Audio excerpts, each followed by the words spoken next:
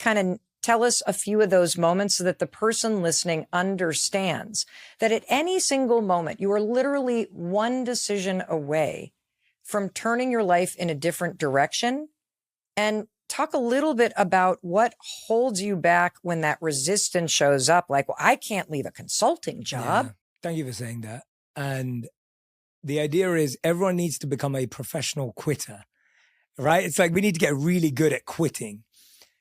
And as I'm listening to you, I'm thinking back to, I remember when I decided to become a monk, pretty much no one around me understood why.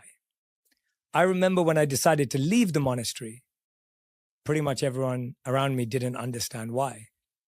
When I decided to get a job in consulting after being a monk, people were like, why? When I decided to leave my successful consulting job to try and make videos online, people were like, why are you doing that? Then when those videos became successful and I decided to launch a podcast, I had 3 podcast production companies tell me, Jay, people like listening to you for 4 minutes. No one wants to listen to you for an hour. Don't launch a podcast. So we launched a podcast anyway. And thanks to the millions of people that listen to you, that listen to us, that know us, that became a success. So I always listen to people, not the executives in the room. Then I wanted to launch a book, Mel. And I went to launch a book and 14 out of 17 imprints told me, don't call it Think Like a Monk because no one wants to think like a monk. 5 years later, the book sold millions of copies. Again, thanks to those people, not the people in the room. Why am I sharing all of that? Because I didn't know what the future held.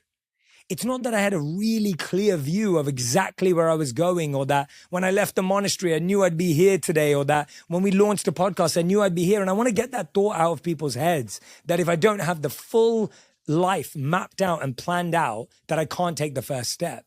Because I don't think I've ever known where my life's going. And so this whole idea that you have to have everything figured out before you take your first step is the biggest lie we've been told. This idea that if you don't have a clear vision, you don't know where you're going.